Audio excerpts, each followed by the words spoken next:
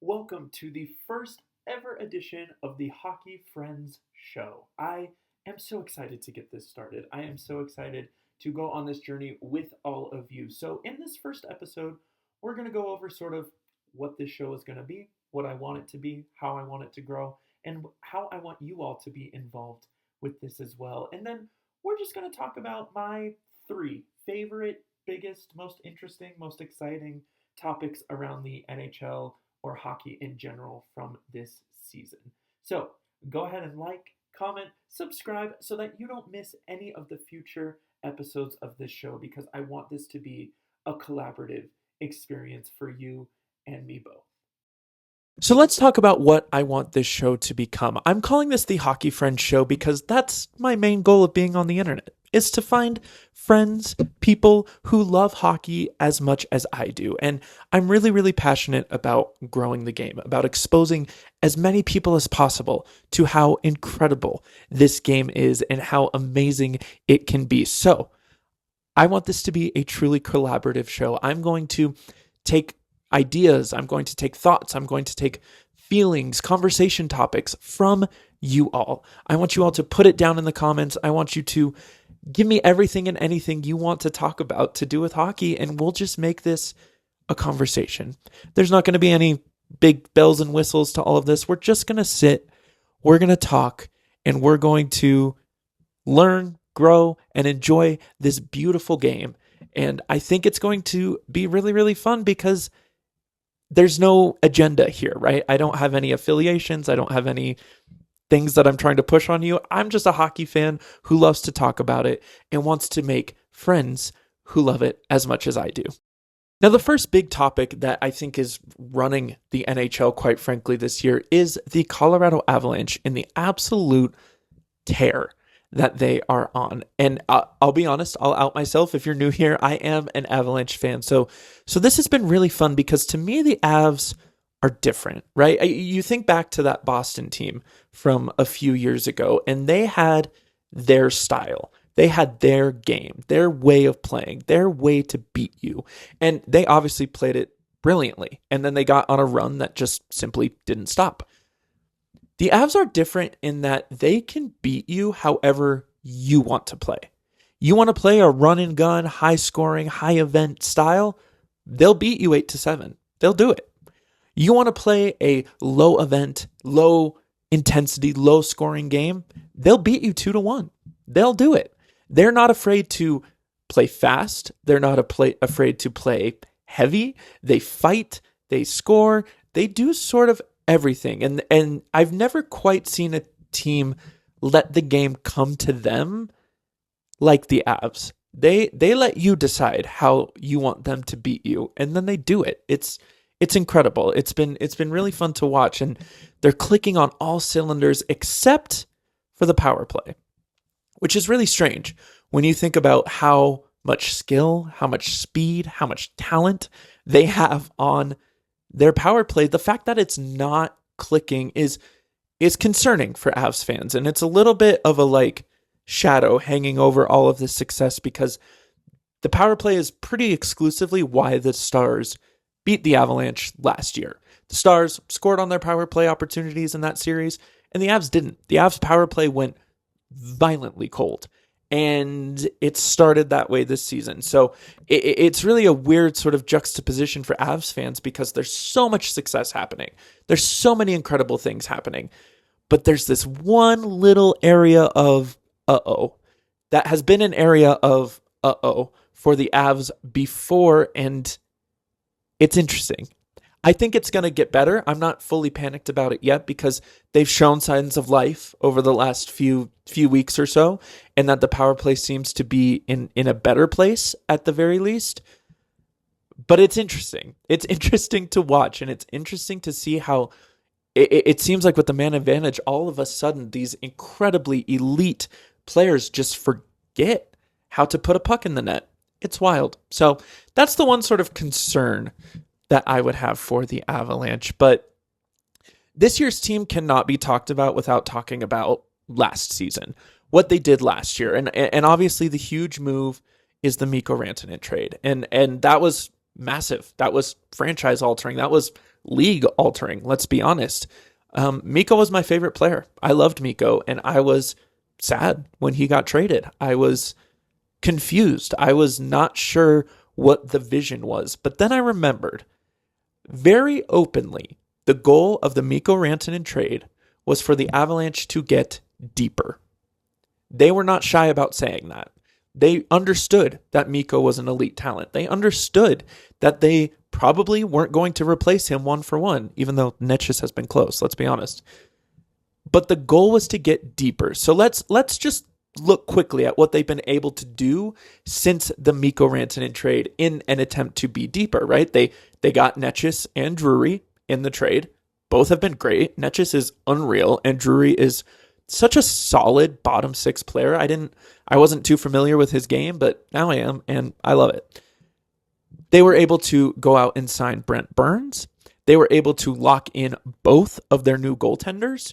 They were able to get Victor Olofsson, and they just keep adding pieces. They have room. They have space. They were able to bring back Joel Kiviranta, who has been great, and none of that would have happened. They were able to re-sign Brock Nelson to a deal, and he's been incredible. So you have to look at it in the big picture when it comes to this version of the Avs. They began to be built last year with the Mikko Rantanen trade. Now, do I think the Avs with Mikko and maybe none of these other guys, or maybe one or two of these other guys, would be good? Yes, absolutely. Do I think they would be this good? There's no chance. There's no chance. A big portion of why the Avs are as good as they are is because of the depth that they have built. That's not a hot take. That's not controversial. It's just a fact that the Avs are one of the deepest teams, both in their forward group and their defensive core, as anyone in the league. They are so deep, and they're getting contributions from everywhere in the lineup. And that's why they have the record that they do.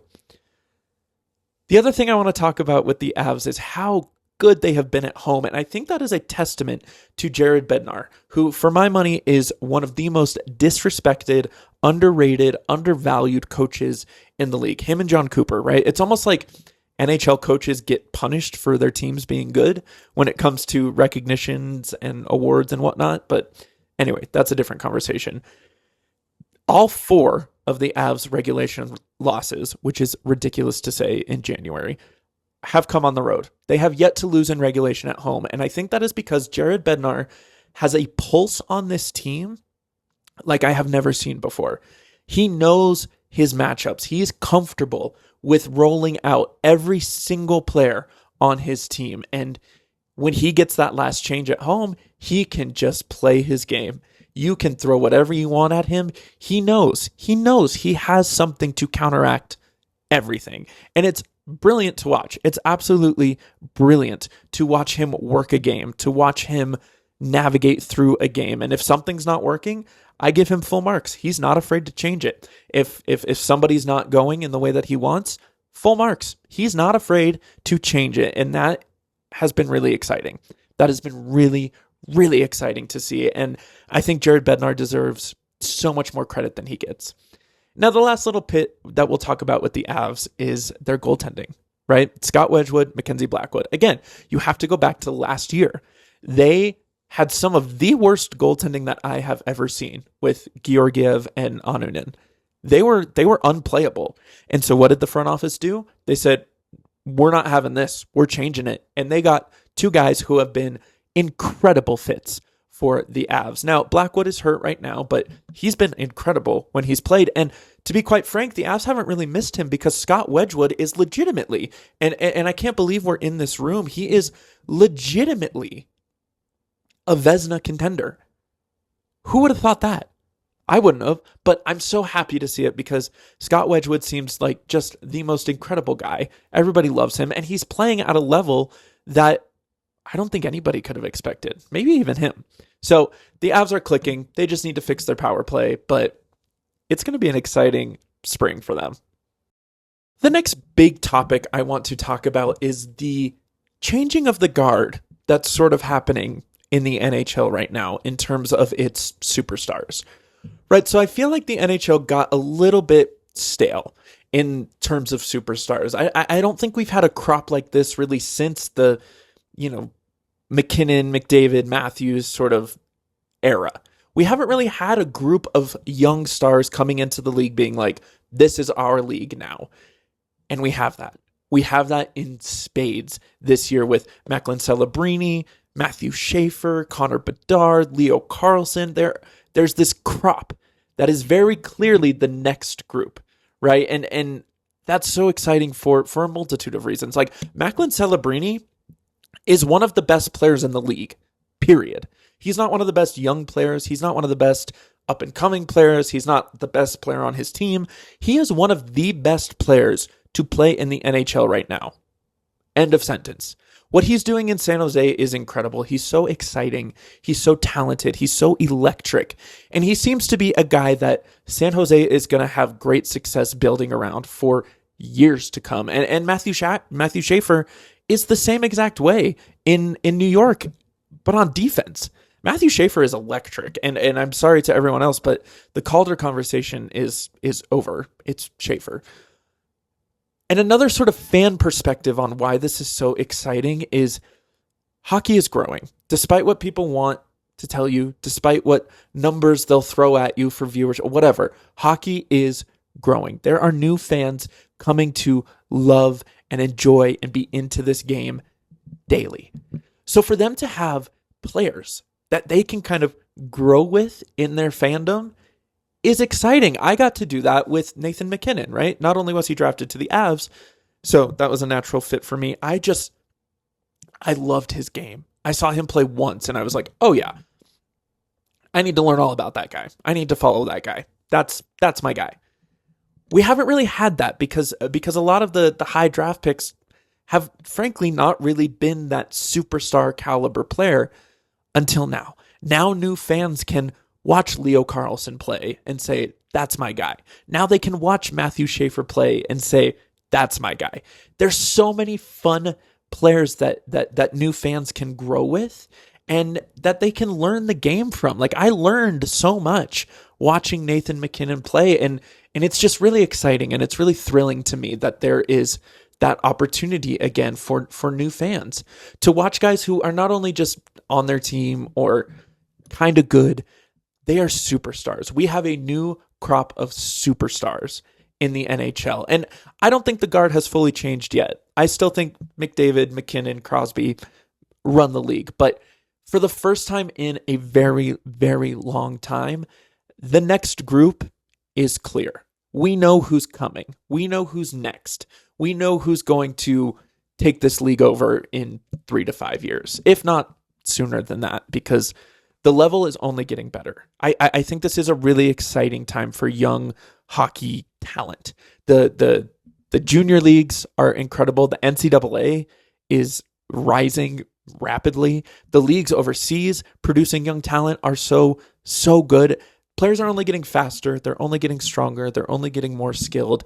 And I think it's great. I think the timing is absolutely perfect because hockey is growing. New fans are coming to the game and they're going to have their pick of people that they want to watch, that they want to be fans of, that they want to learn from.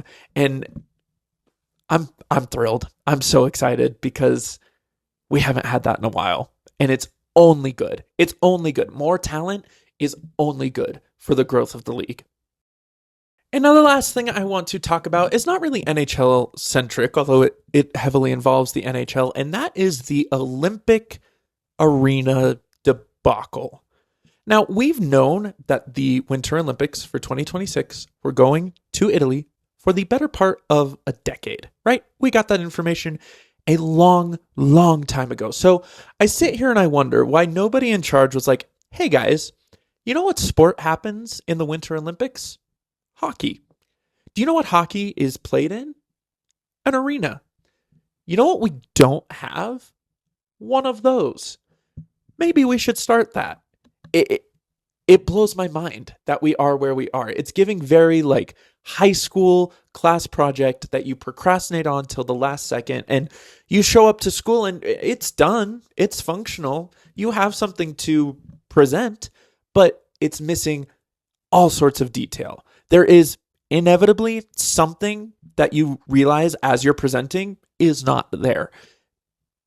It just feels lazy, and I don't know who necessarily to blame for that, but I worry that the product is going to be affected by the fact that this rink is getting thrown together. And I mean that quite literally. Some of the videos are crazy. They are trying to paper mache this thing, get it up, get it functional in time. And as at the time I'm recording this, games start in less than a month.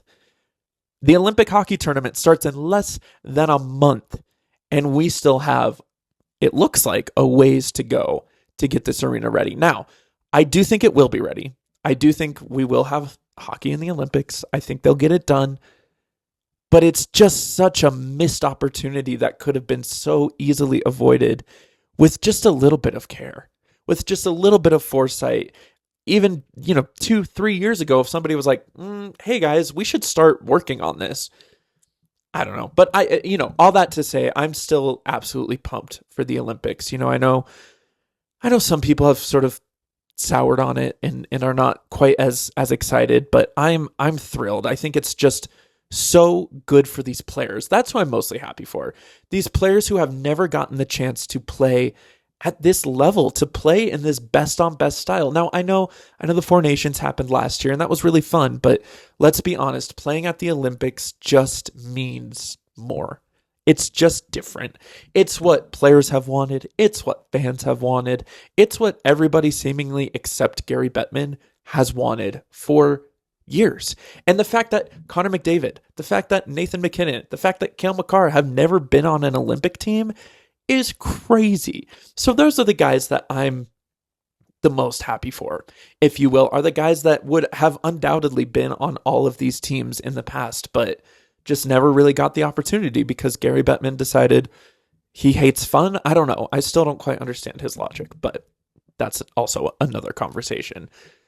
So rink issues aside, I'm excited. I'm excited to see the best players in the world play the best players in the world.